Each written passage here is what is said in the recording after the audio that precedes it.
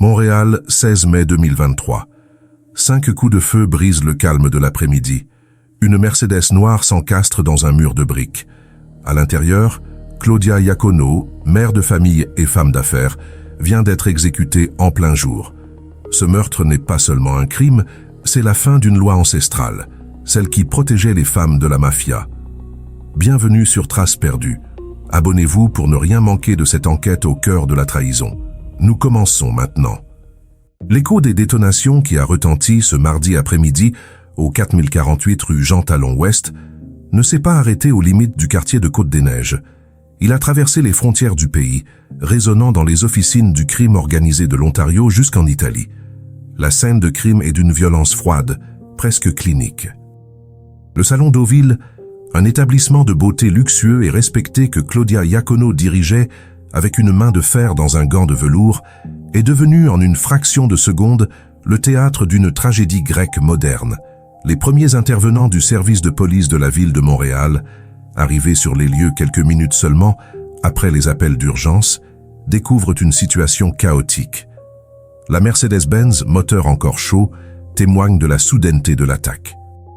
Claudia, une femme de 39 ans dont la réputation professionnelle était irréprochable, gisait à l'intérieur, victime d'une embuscade que personne n'aurait osé imaginer dans ce secteur pourtant surveillé. Pour les passants et les employés du salon, c'est l'incompréhension totale. Pour les spécialistes du renseignement criminel, c'est le signal d'une guerre totale qui vient de franchir un point de non-retour. L'assassinat de Claudia Iacono ne peut être analysé comme un simple homicide crapuleux. Pour en saisir toute la portée symbolique et criminologique, il est impératif de plonger dans les racines vénéneuses de la lignée Gallo. Claudia était l'épouse d'Anthony Gallo, fils du défunt Moreno Gallo, une figure légendaire et controversée du milieu montréalais. La famille Gallo, d'origine calabraise, a longtemps navigué dans les eaux troubles de la mafia, oscillant entre loyauté tactique et rébellion ouverte contre le clan sicilien des Rizzuto. Dans l'écosystème criminel québécois, la 6e famille, le surnom donné à l'organisation de Vito Rizzuto, ne tolérait aucune dissidence sérieuse.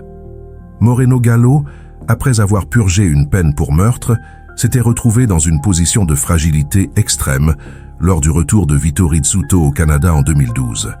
Le parrain, cherchant à restaurer son autorité après des années d'incarcération aux États-Unis, avait entamé une campagne de purge sans précédent. Moreno, sentant le vent tourner, s'était exilé à Acapulco, au Mexique. Mais la portée de la mafia de Montréal est longue et sa mémoire est éternelle. Le 10 novembre 2013, Moreno Gallo était abattu dans un restaurant italien au Mexique. La date n'avait pas été choisie au hasard. C'était le 3e anniversaire exact de la mort du patriarche Niccolo Rizzuto. Ce meurtre marquait la volonté des Rizzuto de rayer les Gallo de la carte du crime organisé. Pourtant, une décennie plus tard, la haine ne s'est pas éteinte. L'exécution de Claudia Iacono en mai 2023 semble être la conclusion brutale de cette vendetta inachevée. Ce qui choque les experts, c'est que Claudia n'était pas une actrice du milieu. Elle était une civile au sens technique, une entrepreneur qui gérait son spa avec succès, recevant même des prix prestigieux comme le Contessa Award. En la ciblant, les auteurs du contrat ont brisé l'accord de protection tacite qui entourait les familles des membres de la mafia. C'est la preuve d'un changement radical de paradigme. La guerre de sang ne s'arrête plus à la porte de la maison. Elle pénètre désormais le sanctuaire des innocents. Le contexte géopolitique du crime organisé à Montréal en 2023 était déjà extrêmement volatile avant ce drame. Quelques mois plus tôt, Leonardo Rizzuto, le fils survivant de Vito, avait lui-même échappé à une tentative d'assassinat spectaculaire sur une autoroute de Laval. Le milieu était en ébullition, cherchant un nouvel équilibre de pouvoir dans un vide laissé par la mort des vieux parrains. L'attaque contre Claudia Iacono s'inscrit dans cette spirale de violence préventive et de messages envoyés par le sang. Les enquêteurs pensent que frapper Claudia était une manière de torturer psychologiquement son mari, Anthony Gallo, sans pour autant le tuer, ou de le forcer à sortir de sa réserve. C'est une stratégie de terreur pure, conçue pour humilier et détruire une lignée en s'attaquant à son pilier affectif et social.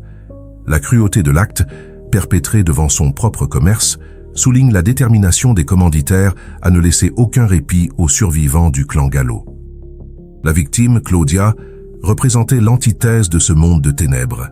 Sa vie était consacrée à son entreprise, à ses 2 enfants, Sonny James et Ginevra, et à ses engagements philanthropiques.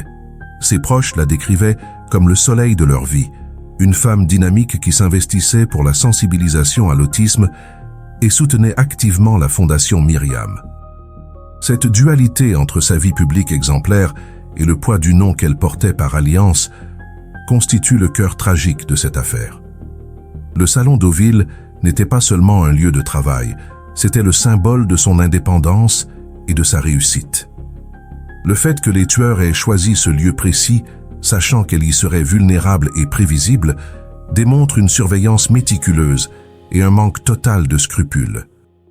Ils ont transformé un lieu de beauté et de bien-être en un sanctuaire de mort, laissant une cicatrice indélébile dans l'esprit des employés et des clients qui ont été témoins de l'horreur.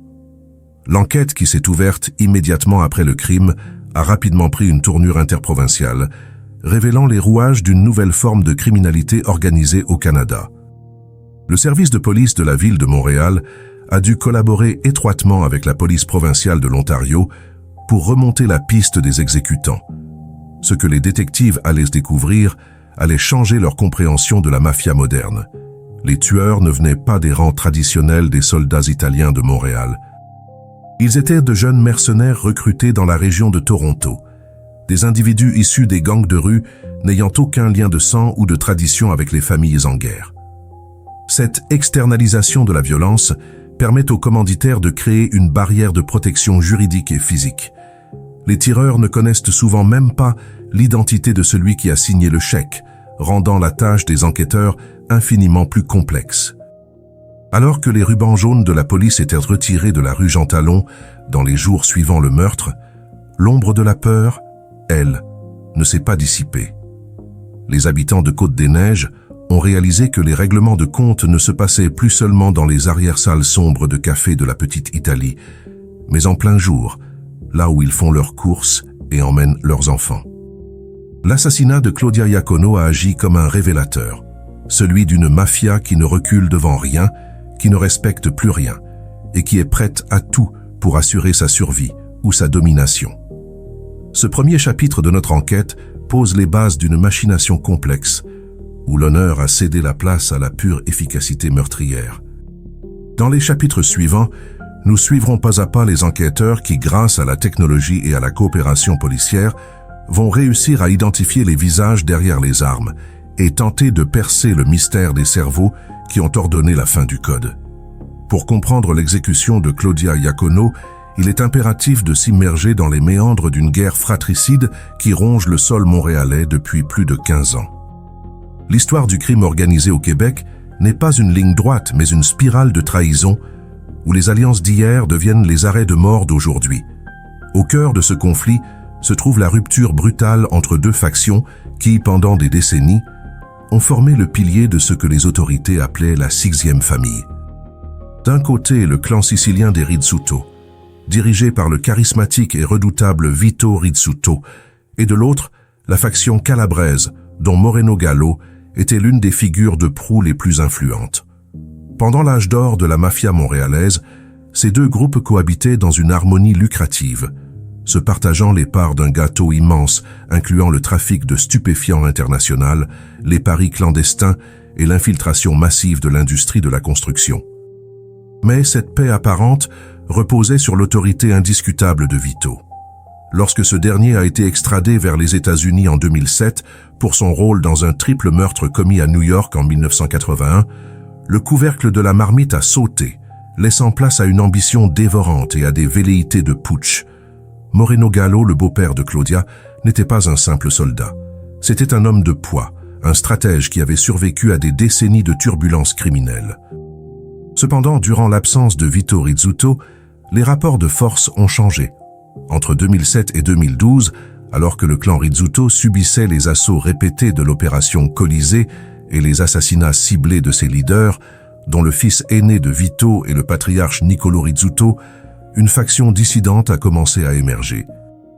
Moreno Gallo a été identifié par les services de renseignement comme l'un de ceux qui auraient tourné le dos aux Siciliens pour tenter de s'emparer des rênes du pouvoir ou, à tout le moins, pour s'allier avec les nouveaux prétendants au trône. Pour les loyalistes des Rizzuto, ce geste était l'ultime trahison.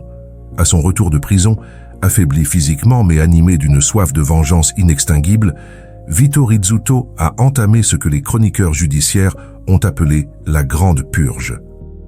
Moreno Gallo, déjà sous le coup d'une procédure d'expulsion du Canada en raison de son passé criminel, a été renvoyé en Italie avant de trouver refuge au Mexique. Il pensait sans doute que la distance et le soleil d'Acapulco suffiraient à effacer sa dette. Il ignorait que dans le monde des Rizzuto, la trahison ne prescrit jamais.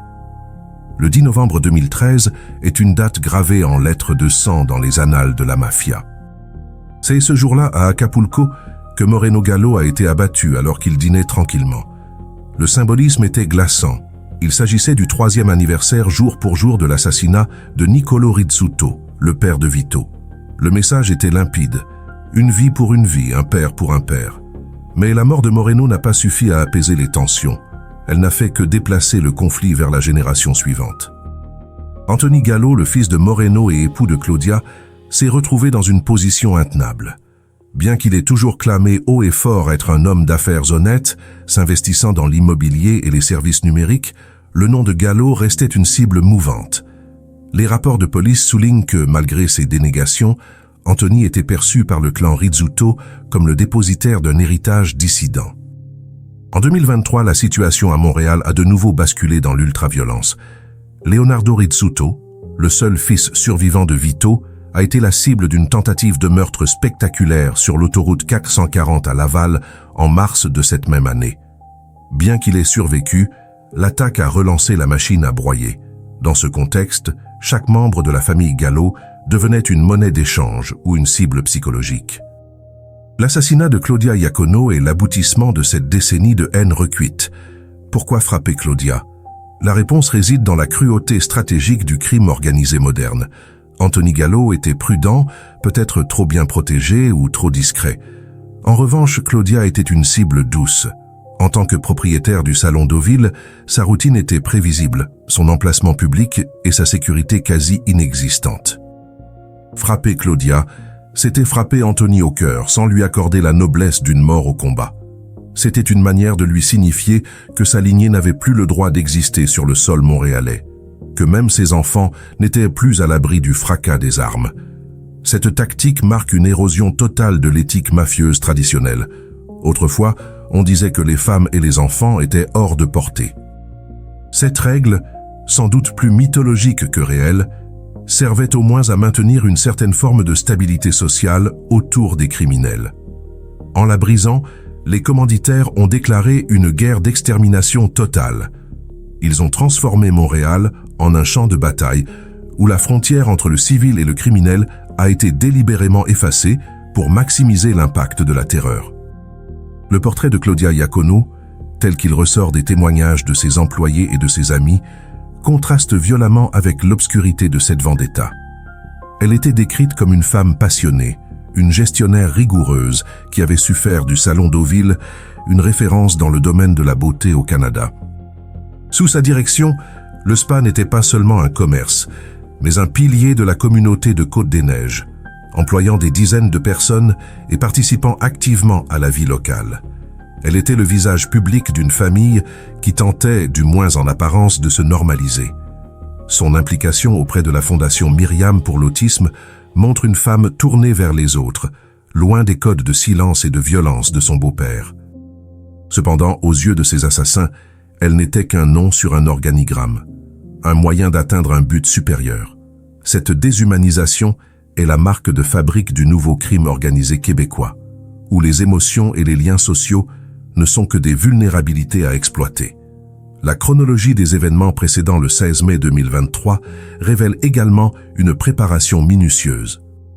Le milieu criminel montréalais était alors en pleine recomposition après la mort de plusieurs figures clés et l'émergence de nouveaux joueurs plus agressifs, souvent liés aux gangs de rue. Ces nouveaux acteurs n'ont aucun respect pour les anciennes hiérarchies. Ils voient la violence comme un service commercial, un contrat à remplir pour le plus offrant. C'est dans ce terreau fertile que la décision d'éliminer Claudia a été prise. Les surveillances autour du salon avaient probablement commencé des semaines, voire des mois auparavant. Les tueurs connaissaient ses horaires, ses habitudes, le moment exact où elle monterait dans sa voiture pour quitter son établissement. Ils ont attendu le moment où la vulnérabilité était maximale, dans cet espace de transition entre son rôle de femme d'affaires et celui de mère rentrant chez elle. L'attaque n'était pas seulement une exécution, c'était une mise en scène destinée à traumatiser durablement l'opinion publique et le clan adverse. Le rôle d'Anthony Gallo dans cette dynamique reste complexe. Bien qu'il ait fait l'objet de plusieurs enquêtes, notamment par l'autorité des marchés financiers, pour des manipulations boursières présumées, il n'a jamais été condamné pour des activités liées directement à la mafia. Il représentait cette nouvelle génération qui navigue dans une zone grise, utilisant des compétences financières et immobilières tout en restant lié, par le sang et les fréquentations, aux structures traditionnelles. Pour les Rizzuto, cette zone grise était inacceptable. On ne peut pas être à la fois dans le monde légitime et porter le nom de celui qui a trahi le parrain. L'assassinat de Claudia a brutalement rappelé à Anthony que son passé, ou plutôt celui de son père, était une ombre dont il ne pourrait jamais se défaire. La violence subie par sa femme est le prix ultime d'un héritage qu'il a peut-être tenté de fuir, mais qui a fini par le rattraper dans le stationnement de la rue Jean Talon. En analysant ce chapitre de l'histoire criminelle de Montréal, on réalise que l'affaire Iacono est bien plus qu'un règlement de compte. C'est le reflet d'une mutation sociologique profonde du crime organisé au Canada. Le passage d'une mafia structurée par des codes d'honneur, aussi tordus soient-ils, à une nébuleuse de violence opportuniste où tout est permis. Le meurtre de Claudia Iacono a agi comme un détonateur, forçant la police à repenser ses méthodes et à s'attaquer non plus seulement aux têtes dirigeantes, mais aux réseaux logistiques complexes qui permettent à des tueurs à gages de traverser les provinces pour exécuter des contrats. Dans le prochain chapitre, nous explorerons justement les détails de cette enquête hors norme qui a mené les policiers du SPVM sur les traces d'un réseau de jeunes mercenaires venus de l'Ontario, révélant comment la mort d'une femme à Montréal a été orchestrée depuis les banlieues de Toronto.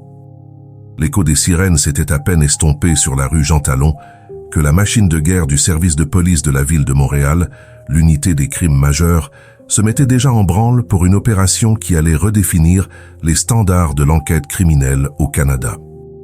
Sur le bitume du stationnement du Salon Deauville, les enquêteurs en combinaison blanche s'affairaient autour des 5 douilles percutées, des petits morceaux de laiton qui racontaient déjà une histoire de violence brute. Mais au-delà des indices physiques classiques, c'est dans le monde numérique et dans l'analyse des déplacements que la première faille des tueurs allait apparaître. Contrairement aux exécutions mafieuses d'autrefois, où le tueur disparaissait dans les ruelles sombres de la petite Italie, l'assassin de Claudia Iacono avait laissé derrière lui une traînée de données invisibles. Les caméras de surveillance du secteur, scrutées heure par heure, ont rapidement révélé un manège suspect, un véhicule qui ne semblait pas appartenir au décor habituel, effectuant des rondes de repérage dans les jours précédant le drame. Cette voiture allait devenir le fil d'Ariane, qui guiderait les détectives montréalais bien au-delà des frontières du Québec, sur l'autoroute 401, ce corridor de béton qui relie Montréal à Toronto et qui est devenu, au fil des ans, l'artère principale du crime organisé interprovincial. L'enquête a rapidement pris une ampleur nationale lorsque le SPVM a sollicité l'aide de la police provinciale de l'Ontario et de la police régionale de Peel. Ce que les enquêteurs ont découvert a confirmé leurs pires craintes sur l'évolution du milieu criminel. Le contrat sur la tête de Claudia Iacono n'avait pas été exécuté par un soldat local cherchant à gravir les échelons de la mafia montréalaise, mais par des mercenaires importés de la région du Grand Toronto. Cette stratégie, dite de l'externalisation de la violence, est devenue la signature de la nouvelle ère.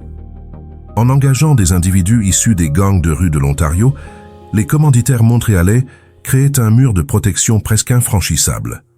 Ces tueurs à gages n'avaient aucune allégeance aux familles siciliennes ou calabraises, aucune connaissance des codes de l'omerta et surtout, aucun lien direct avec le donneur d'ordre final. Pour eux, L'assassinat d'une mère de famille à Montréal n'était qu'une transaction commerciale, un service tarifé entre 20 000 et 50 000 $, exécuté avec une déconnexion morale totale. Mais cette distance géographique, qu'ils pensaient être leur salut, allait devenir leur perte, grâce à la coordination sans précédent entre les différentes forces de police. Le premier domino est tombé moins de 3 semaines après le meurtre. Le 6 juin 2023, lors d'une opération coordonnée à Milton, en Ontario, les policiers ont passé les menottes à Joel Richard Clark, un jeune homme de 28 ans originaire de la banlieue torontoise. Clark ne correspondait en rien au profil du mafieux traditionnel. Issu d'un milieu criminel lié aux gangs de rue et aux stupéfiants, il avait été arrêté pour des infractions liées à la drogue dès le lendemain du meurtre de Claudia, suggérant qu'il n'avait même pas pris le temps de se faire discret après son crime. Son arrestation pour meurtre au premier degré a été le premier choc pour l'opinion publique. Comment ce jeune homme de l'Ontario s'était-il retrouvé avec une arme à la main dans un stationnement de Côte-des-Neiges? Les preuves accumulées contre lui étaient accablantes. Les analyses balistiques et la reconnaissance faciale couplées aux données de géolocalisation de son téléphone portable le plaçaient précisément sur les lieux au moment où la Mercedes de Claudia s'encastrait dans le mur. Clark était le doigt qui avait pressé la détente, mais les enquêteurs savaient qu'il n'était qu'un rouage dans une machine bien plus complexe. La traque s'est ensuite déplacée vers celui que les autorités ont rapidement identifié comme l'architecte logistique de l'opération.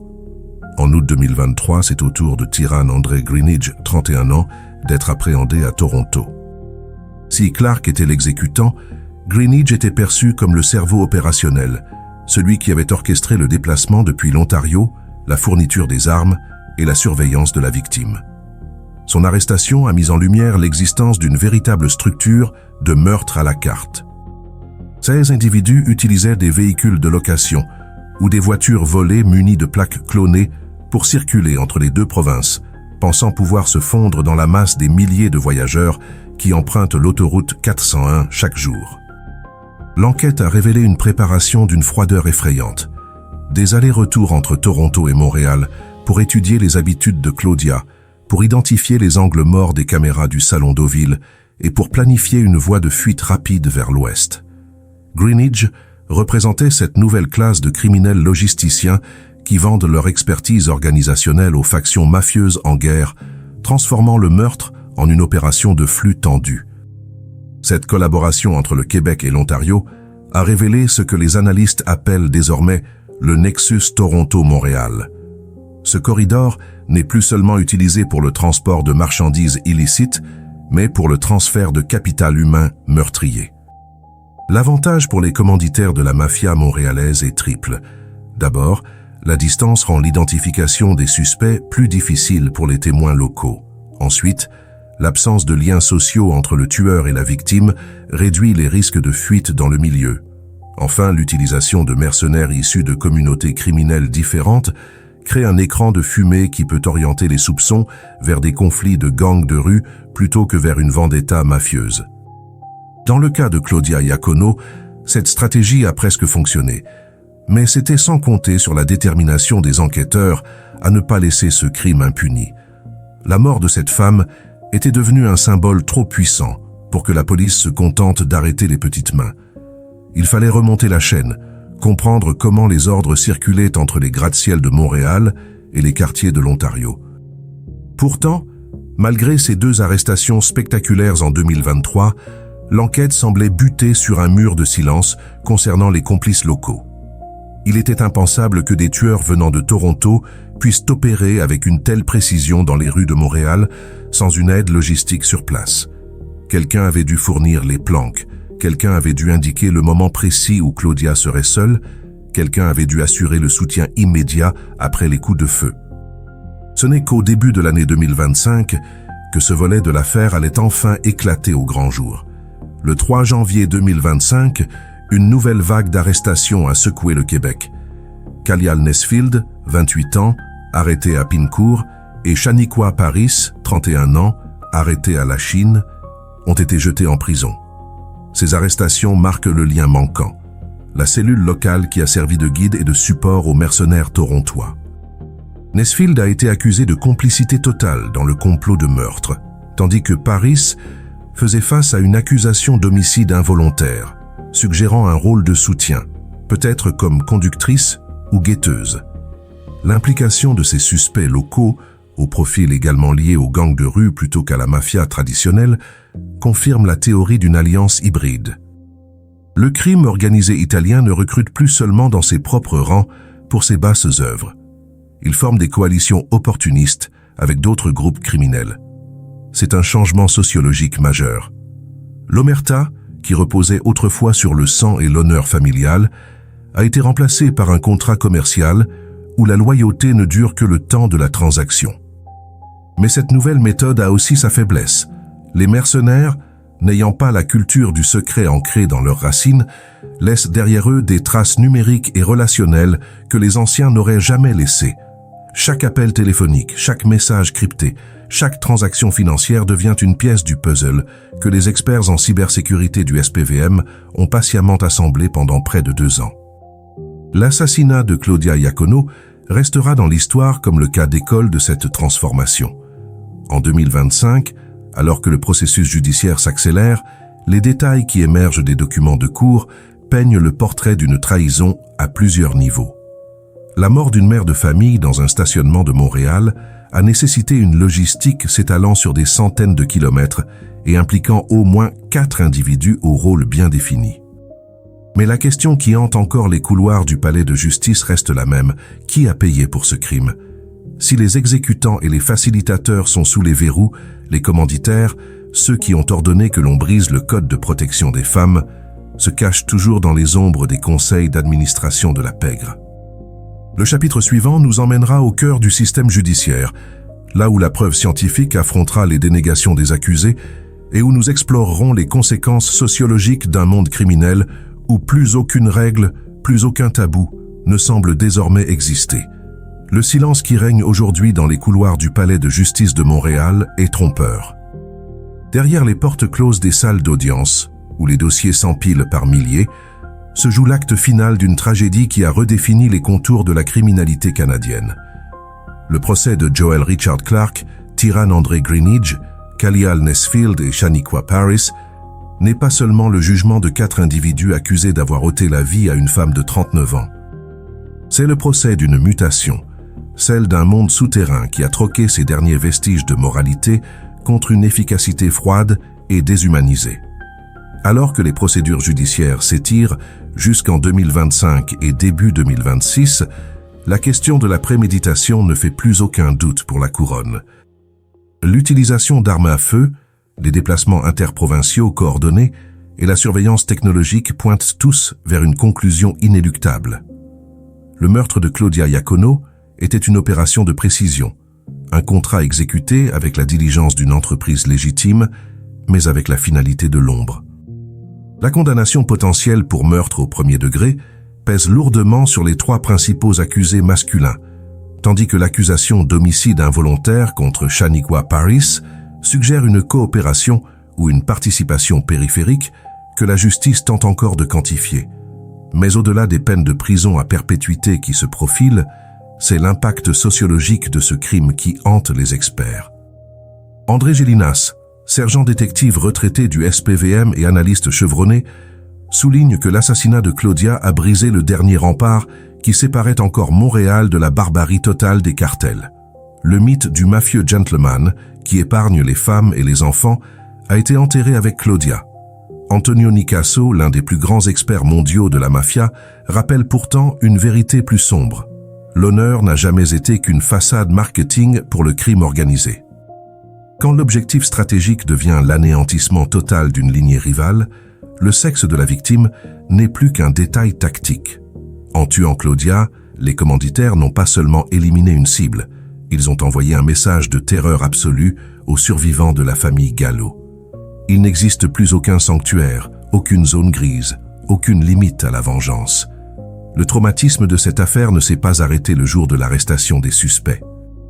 En mai 2024, un an jour pour jour après l'assassinat de Claudia, le salon Deauville a de nouveau été la cible de tirs. Bien que personne n'ait été blessé lors de ce second incident, la portée symbolique était terrifiante. Cela prouve que le grief qui a causé la mort de Claudia n'est pas résolu, que la haine qui anime le conflit Rizzuto-Gallo est une braise qui refuse de s'éteindre. Pour les résidents de Côte-des-Neiges, cette répétition de la violence souligne une réalité amère. Ils vivent dans le décor d'une guerre qui les dépasse, où leurs commerces de quartier peuvent devenir des champs de tir à n'importe quel moment. La féminisation des cibles, comme l'appellent certains criminologues, signifie que le tampon de sécurité qui permettait aux familles des criminels de mener des vies normales a été définitivement retiré. Les enfants de Claudia, Sonny James et Ginevra, grandissent désormais dans l'ombre d'un nom qui est devenu une condamnation, privés d'une mère dont le seul tort fut d'aimer un homme né du mauvais côté de l'histoire. L'analyse juridique de ce dossier met également en lumière les défis colossaux que pose la loi Jordan sur les délais judiciaires. Avec 4 accusés, des preuves balistiques complexes, des milliers d'heures de surveillance vidéo et des données de téléphonie cellulaire provenant de 2 provinces différentes, le risque d'un procès qui s'étire au-delà des limites constitutionnelles est réel. La défense tentera sans aucun doute de dissocier les procès ou de contester la légalité des mandats interprovinciaux. Cependant, la force de la preuve technologique accumulée par le SPVM et la police provinciale de l'Ontario semble pour l'instant constituer un rempart solide contre l'impunité. Ce méga-procès est un test pour le système de justice canadien. Saura-t-il répondre à une criminalité qui ne connaît plus de frontières géographiques ni de limites éthiques? La réponse à cette question déterminera le climat de sécurité des prochaines années dans la métropole québécoise. Sur le plan opérationnel, le modèle Sinaloa appliqué à Montréal, l'utilisation de jeunes membres de gangs de rue comme sous-traitants pour les hautes sphères de la mafia, a changé la donne pour les enquêteurs. Cette externalisation crée une distance forensique qui protège les véritables cerveaux de l'affaire. Si Joel Richard Clark et Tyran André Greenidge sont les visages que nous voyons dans le box des accusés, les mains qui ont signé le chèque de sang restent invisibles. Cette nouvelle structure criminelle, plus fluide et moins hiérarchisée que par le passé, rend la lutte contre le crime organisé infiniment plus complexe. On ne combat plus une famille avec un chef identifiable à sa tête, mais un réseau opportuniste de contracteurs qui se vendent aux plus offrants. C'est une commodification du meurtre qui transforme chaque conflit personnel en une opération logistique froide, dénuée de toute la dramaturgie qui entourait autrefois les règlements de comptes mafieux. L'assassinat de Claudia Iacono restera gravé dans la mémoire collective comme le moment où Montréal a perdu son innocence vis-à-vis de son propre submundo. La Mercedes-Benz noire encastrée dans le mur du salon n'était pas seulement le véhicule d'une victime, c'était le cercueil d'une certaine idée du crime organisé. Aujourd'hui, alors que les fleurs déposées devant le salon Deauville ont fané depuis longtemps, les leçons de cette tragédie demeurent. Elles nous rappellent que dans l'univers impitoyable de la mafia, les règles ne sont que des illusions que l'on brise dès qu'elles deviennent un obstacle à la domination. Claudia Iacono n'était qu'un pion sur un échiquier de sang. Mais sa chute a provoqué un séisme dont les répliques se font encore sentir dans chaque quartier de la ville. Le procès qui se poursuit nous apportera peut-être une forme de clôture juridique, mais il ne pourra jamais réparer le tissu social déchiré par cette démonstration de cruauté gratuite. En terminant ce récit, il est essentiel de se souvenir de la femme derrière le nom, de l'entrepreneur dévoué et de la mère qui cherchait simplement à bâtir un avenir pour les siens. Son histoire est un avertissement brutal sur la persistance des dettes de sang et sur l'incapacité de notre société à isoler totalement le monde légitime des ombres qui le bordent. Le cas Iacono est le miroir d'une époque où la violence ne connaît plus de sanctuaire. Qu'en pensez-vous? Croyez-vous que l'arrestation de ces 4 individus suffira à mettre un terme à la violence entre les clans Rizzuto et Gallo, ou s'agit-il seulement d'une trêve fragile avant la prochaine explosion? Estimez-vous que la justice canadienne est suffisamment armée pour faire face à cette nouvelle mafia qui sous-traite ses crimes à travers les provinces? Partagez vos réflexions et vos théories dans les commentaires ci-dessous. Votre analyse nous aide à mieux comprendre l'impact de ces événements sur notre société. N'oubliez pas de liker cette vidéo si ce travail d'enquête vous a apporté un éclairage nouveau et restez connectés pour d'autres plongées au cœur des dossiers les plus sombres du Québec sur Traces perdues.